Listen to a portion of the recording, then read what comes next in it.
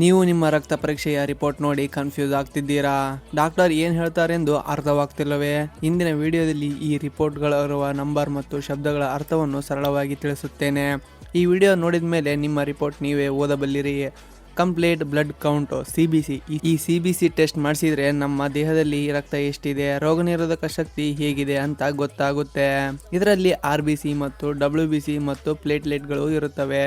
Anaemia ಇದ್ದರೆ ಅಥವಾ ದೇಹದಲ್ಲಿ ಏನಾದರೂ ಸಣ್ಣ ಇನ್ಫೆಕ್ಷನ್ ಆಗಿದ್ದರೆ ಈ ಟೆಸ್ಟ್ ತಕ್ಷಣ ಕಂಡು ಹಿಡಿದು ಕೊಡುತ್ತೆ. ಸುಸ್ತು, ನಿಶಕ್ತಿ ಇದ್ದರೆ ವೈದ್ಯರು ಮೊದಲು ಇದನ್ನೇ ಬರೆಯೋದು. BMP ಅಥವಾ CMP.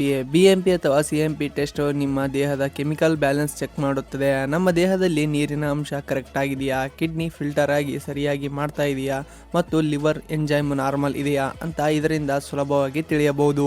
ಇದರಲ್ಲಿ ಸೋಡಿಯಂ ಮತ್ತು ಪೊಟ್ಯಾಷಿಯಂನಂತಹ ಎಲೆಕ್ಟ್ರೋಲೈಟ್ಗಳು ಮತ್ತು ಕ್ರಿಯಾಟಿನೈನ್ ಇರುತ್ತವೆ.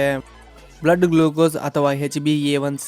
ಬ್ಲಡ್ ಗ್ಲೂಕೋಸ್ ಮತ್ತು HbA1c ಟೆಸ್ಟ್ ಇದೆಯಲ್ಲ, ಇದು ನಮ್ಮ ಕಳೆದ 3 ತಿಂಗಳ ಸರಾಸರಿ ಶುಗರ್ ಮಟ್ಟವನ್ನು ನಿಖರವಾಗಿ ಹೇಳುತ್ತೆ.